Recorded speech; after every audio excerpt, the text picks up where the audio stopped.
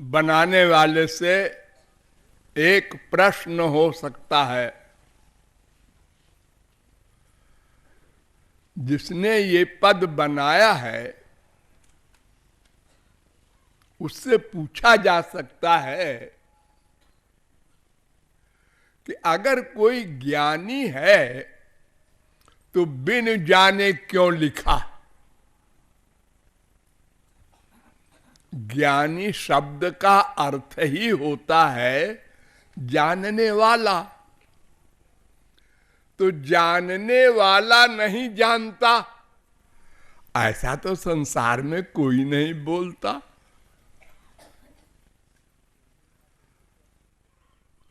जानने वाला बिना जाने भ्रांत हो रहा है,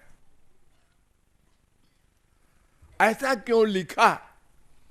अरे अगर बिन जाने है तो अज्ञानी है, और अगर जानने वाला है तो फिर बिन जाने कैसे? लिखने वाले का कुछ गड़बड़ लगता है। पूछा जाए, अच्छा सुन लो उसका उत्तर। दो प्रकार के ज्ञान होते हैं, एक भगवान संबंधी ज्ञान, एक माया संबंधी ज्ञान। इस मनुष्य को दो ज्ञान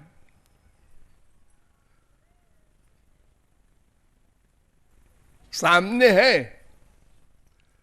ये अलग बात है कि भौतिक ज्ञान अर्थात माया संबंधी ज्ञान अधिक लोग चाहते हैं और आध्यात्मिक ज्ञान माने भगवान संबंधी ज्ञान कम लोग चाहते हैं। लेकिन दो प्रकार के ज्ञान होते हैं। भौतिक ज्ञान भी दो प्रकार का होता है।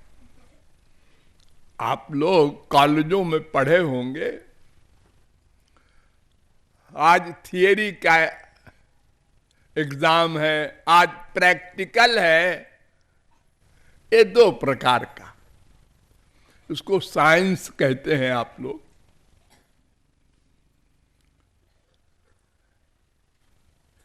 एक शाब्दिक, एक क्रियात्मक, दो प्रकार का ज्ञान होता है भौतिक।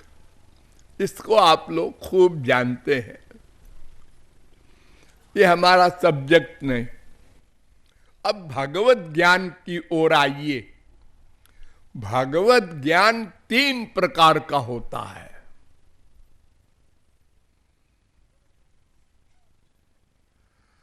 एक तो होता है थियरी का ज्ञान, शाब्दिक ज्ञान जिसे कहते हैं।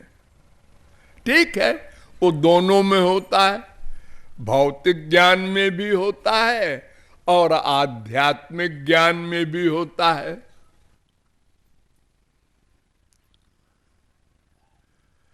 इस समय आप लोग जो ज्ञान प्राप्त कर रहे हैं यही थियोटिकल ज्ञान है, शाब्दिक ज्ञान है। भरमार है इसकी सारे संसार में। जितने भी आध्यात्मिक नेता हैं सब शाब्दिक ज्ञानी है, 99.9%। इसके आगे कोई बिरला होगा जो प्रैक्टिकल ज्ञान की ओर गया होगा।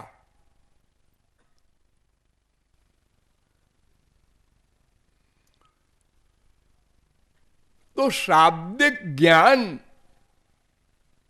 किसका है, यहां भी समझने की बात है। भगवान के दो रूप होते हैं। द्वे वाव ब्रह्मणो रूपे मूर्तन चैवा मूर्तन च। बृहदारण्यकोपनिषद दूसरे अध्याय के तीसरे ब्राह्मण का पहला मंत्र। दो रूप होते हैं। ये बात शंकराचार्य ने भी मानी। द्विविधम ही ब्रह्म अवगम्यते, नाम रूप भेदोपाधि विशिष्टम और तद विपरीतंच तद विवर्जितम। एक नाम रूप वाला ब्रह्म जिसको आप लोग अपनाए हुए हैं रामकृष्ण, और एक होता है निर्गुण निर्विशेष निराकार ब्रह्म।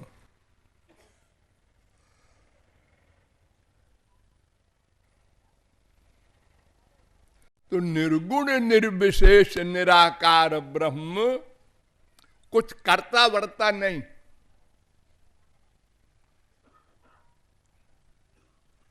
सच्चिदानंद है बस। उसका नाम ही नहीं, रूप भी नहीं, गुण भी नहीं, लीला भी नहीं, धाम भी नहीं, जन्म इन्हें गिने।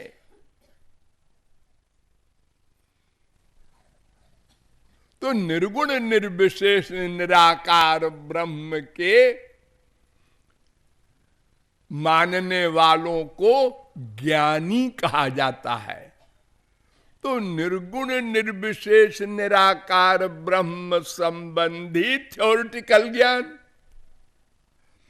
और दूसरा होता है सगुण सविशेष साकार ब्रह्म राम कृष्ण आदि का थ्योरिटिकल ज्ञान। ये ज्ञान थियरी वाले सबके आवश्यक है, उसके बिना काम नहीं चलेगा। सिद्धांत बोलिए चित्ते ना कर औलस। महाप्रभु ने कहा तत्व ज्ञान के बारे में आलस्य न करना। ये न कहना अरे हमें लेक्चर फैक्चर नहीं सुनते।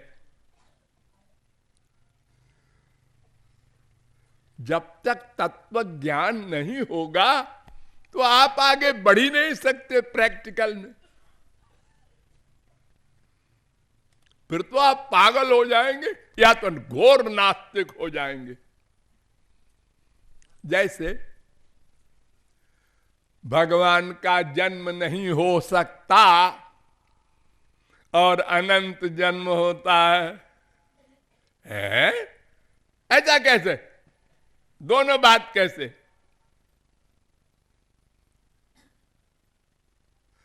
भगवान की कोई इच्छा नहीं है और बड़े काम करते हैं, सृष्टि करते हैं, सृष्टि में प्रवेश करते हैं, सब जीवों के साथ एक एक रूप से उसके हृदय में बैठते हैं, उसके अनंत जन्मों के कर्मों का हिसाब करते हैं, उसके वर्तमान कर्म नोट करते हैं, उसके प्रारब्ध कर्म का फल भोगवाते हैं, और सगुण साकार अवतार भी लेते हैं, मारधाड़ वगैरह भी करते हैं, और बड़ी बड़ी बातें करते हैं। मनुष्य क्या करेगा? 16,108 ब्याह। अरे मान लो कोई कर ले आदमी, एक एक स्त्री के 10-10 बच्चे, मान लो ये भी कर ले कोई, और सबको मरवा दिया मुस्कुराते हुए। ये तो कोई नहीं कर सकता। अपने ही बच्चे को मरवा दे, एक भी न बचे, दिया बाती को भी। और फिर इतने बड़े आश्चर्य, काम रहित बच्चे हो रहे, क्रोध रहित करोड़ों मर्डर हो रहे, लोभ रहित करोड़ों वर्ष राज्य कर रहे हैं सारी पृथ्वी के। ये तमाम बातें विरोधी है ना। तो थियरी की नॉलेज नहीं होगी तो आपको चक्कर आ जाएगा और आप कहेंगे वहीं चलो जहां थे। न विश्व में कोई भगवान है, न कोई महापुरुष है। अपनी बुद्धि से नापेंगे आप ना, भाई हम तो ऐसा नहीं कर सकते, क्रोध न हो मर्डर करें। आप कहते हैं अर्जुन ने किया, हनुमान जी ने किया, हम नहीं मानते, इम्पॉसिबल। आप वहीं खड़े रहेंगे, आगे नहीं बढ़ सकते, क्योंकि आपको तत्व ज्ञान नहीं, आपने शास्त्र वेद की फिलॉसफी समझी नहीं। इसलिए थियरी की नॉलेज परमावश्यक है।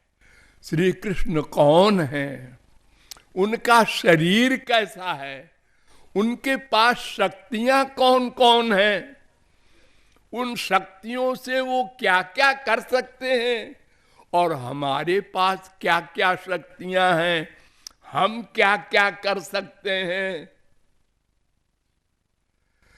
ये सब बातें समझना होगा।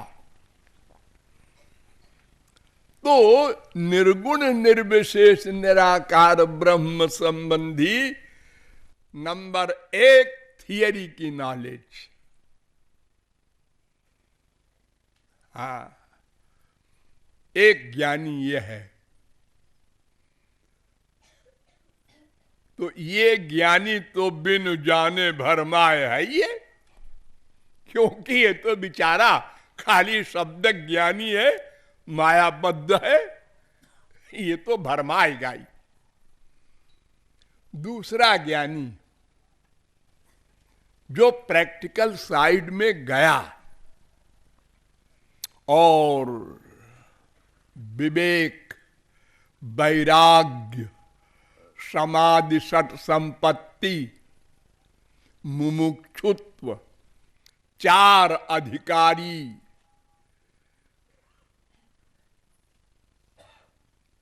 भी बना, फिर श्रवण, फिर मनन, फिर निधिध्यासन, फिर समाधि, यहां तक चला गया। अगर कोई कलयुग में नहीं और युगों में गए हैं लोग,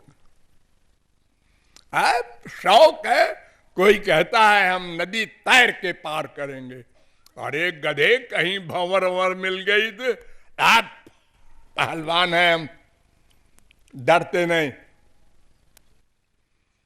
कई डूब गए, कई मर गए, कई थक के डूब गए, कभी धारा में बह गए, कोई कोई पार भी कर गया। ऐसे ही ज्ञान है, कहत कठिन। नंबर 1 थियरी ही बताना बड़ा मुश्किल है ज्ञान की। हाँ, पहले अगर ज्ञान की थियरी बताने कोई बैठे और कहे देखो मैं गुरु, तुम्हें ज्ञान सीखना है, हाँ तुम शिष्य। अच्छा, आप गुरुजी हैं, मैं शिष्य हूं। अच्छा तो पढ़ाइए। देखो सब जीव ब्रह्म हैं, तो गुरुजी फिर तो हम भी ब्रह्म हैं, फिर आप गुरु काहे के? लो, पहले ही अध्याय में गुरुजी फेल हो जाएंगे, समझा नहीं सकते। कहा तक कठिन, असमुझत कठिन, असाधन कठिन विवेक, असाधन तो और कठिन। पहला अध्याय है शंकराचार्य का, शांतो दांतस्थ, शांत बन जाओ पहले, तब आओ हमारे पास ज्ञान की पढ़ाई करने। शांत माने क्या? मन पर कंट्रोल, मन पर कंट्रोल। कृपालु की राय तो ऐसी है कि मन पर कंट्रोल भगवत प्राप्ति के पहले इम्पॉसिबल। विजित ऋषिक वायु भीरदांत मनस्तुरगम। वेद कह रहे हैं 10वें स्कंद के 87वें अध्याय का 33वां श्लोक,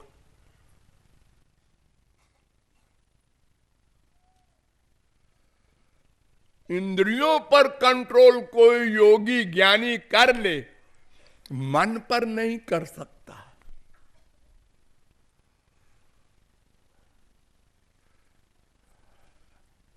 इतना चंचल है मन।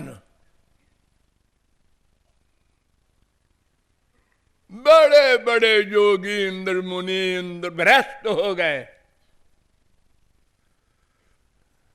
इतिहास भरा पड़ा है।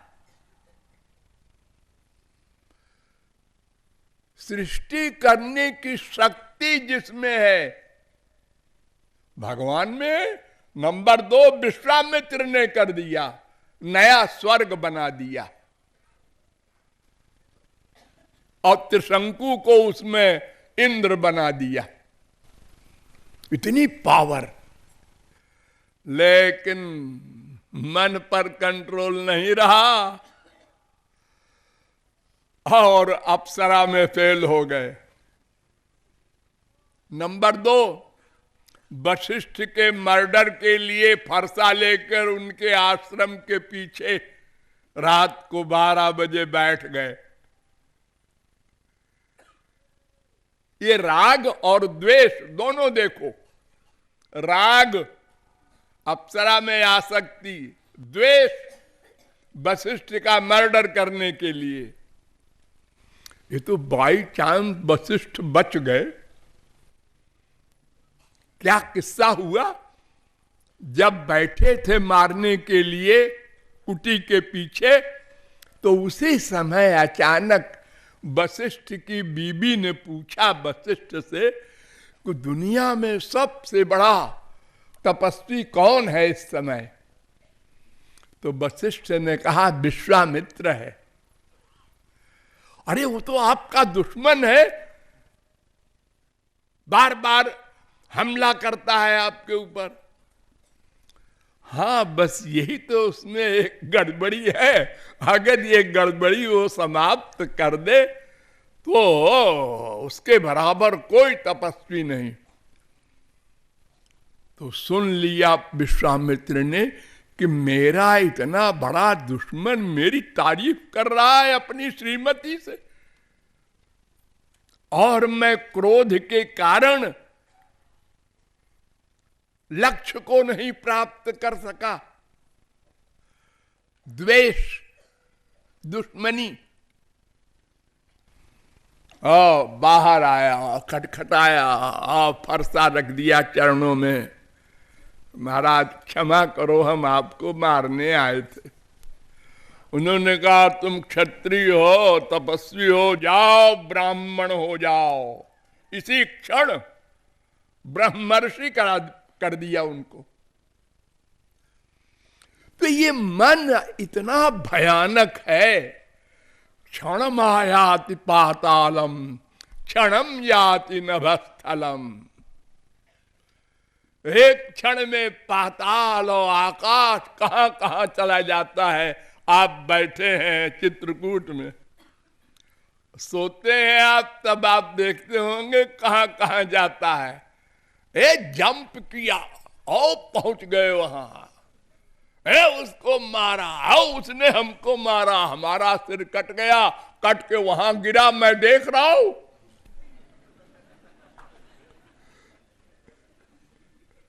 ऐसा मन है। और शंकराचार्य कहते हैं मन पर कंट्रोल हो जाए, साधन चतुष्टय में एक ये है। तब आओ मैं बताऊं अथा तो ब्रह्म जिज्ञासा, पहला जो वेदांत सूत्र है उसकी व्याख्या। तो कहत कठिन, समुझत कठिन, साधन कठिन विवेक। और हो ये गुणाक्षर न्याय जो अगर कोई पार भी कर ले जाए, ज्ञान की अंतिम सीमा,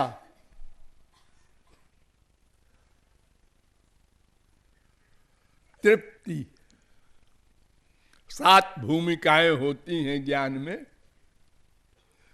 तो अंतिम भूमिका तृप्ति, फिर पतन हो जाएगा।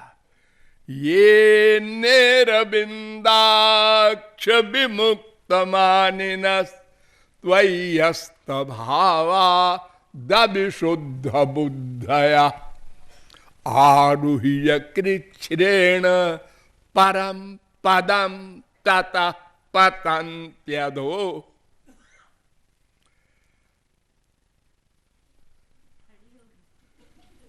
क्या हो गया भाई तुम्हारे?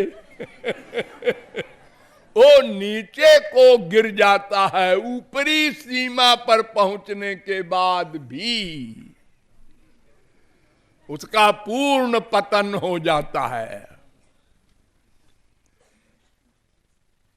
वो कौन सी है अंतिम सीमा? ध्यान दो।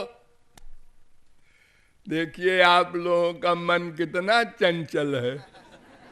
मैं इतनी बारीक बात समझा रहा हूं, इतनी इंपॉर्टेंट, और आप लोग घड़ी देख रहे हैं। वो घड़ी को ठीक कर रहा है, कर देगा, आपका उससे कोई संबंध नहीं है। पूरा शरीर आपने उधर कर दिया। कृपालु की बकबक कौन सुने? इस समय घड़ी देखो।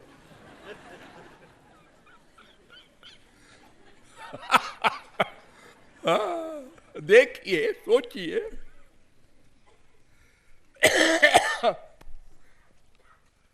तो अंतिम सीमा ज्ञान की है आत्मज्ञान।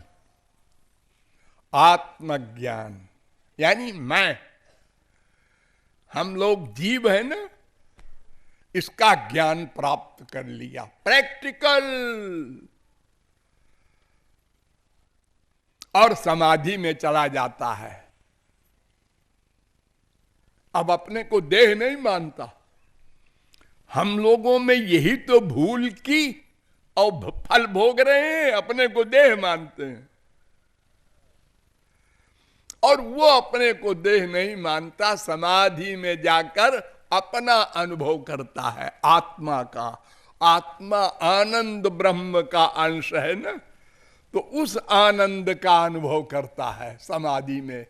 सारे संसार का आनंद निछावर है, इतना आनंद मिलता है समाधि में। और वो समझ बैठता है बस बस बस, मिल गया सब कुछ। ये धोखा, अभी सब कुछ नहीं मिला मिस्टर, आप भूल रहे हैं। अभी तो अंश मिला है आनंद का। असली आनंद तो ब्रह्मानंद है, आत्मानंद नहीं। और अभी माया भी नहीं जाएगी। देखो, 3 प्रकार का आवरण होता है। असत्वापादक आवरण, अभानापादक आवरण, अनानंदापादक आवरण। तो थियरी के नॉलेज से तो असत्वापादक आवरण समाप्त, और आत्मज्ञान से समाधि वाला, उससे अभानापादक आवरण भी समाप्त। पृथ्वी, जल, तेज, वायु, आकाश और अहम, इसको आप क्रॉस कर गए। अभी आगे 2 बचे हैं, एक महान और एक माया, प्रकृति। ये दोनों नहीं गई, ये केवल भगवान की कृपा से जाती हैं। किसी साधन से माया नहीं जा सकती। कोई साधन नहीं है ऐसा जिससे माया चली जाए। कर्म, ज्ञान, भक्ति कुछ नहीं है। ये सब क्या करेंगे? अंतःकरण को शुद्ध कर देंगे बस। इसके आगे तो भगवान की कृपा से माया जाएगी। जो भगवान के शरणापन्न हो जाएगा उस पर कृपा कर देंगे। तो वो अनानंदापादक आवरण जो है वो अभी है, इसलिए वो फिर माया में फंस जाएगा। काम क्रोध लोभ मोह से परे नहीं हुआ, 84 लाख में घूमेगा, अनंत जन्मों के उसके संचित कर्म भस्म नहीं होंगे। तस्मिन् दृष्टे परावरे,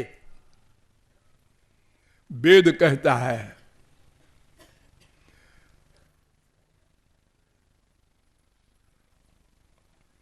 भिद्यते हृदय ग्रंथि छिद्यन्ते सर्व संशया क्षीयन्ते चास्य कर्माणि तस्मिन् दृष्टे परावरे।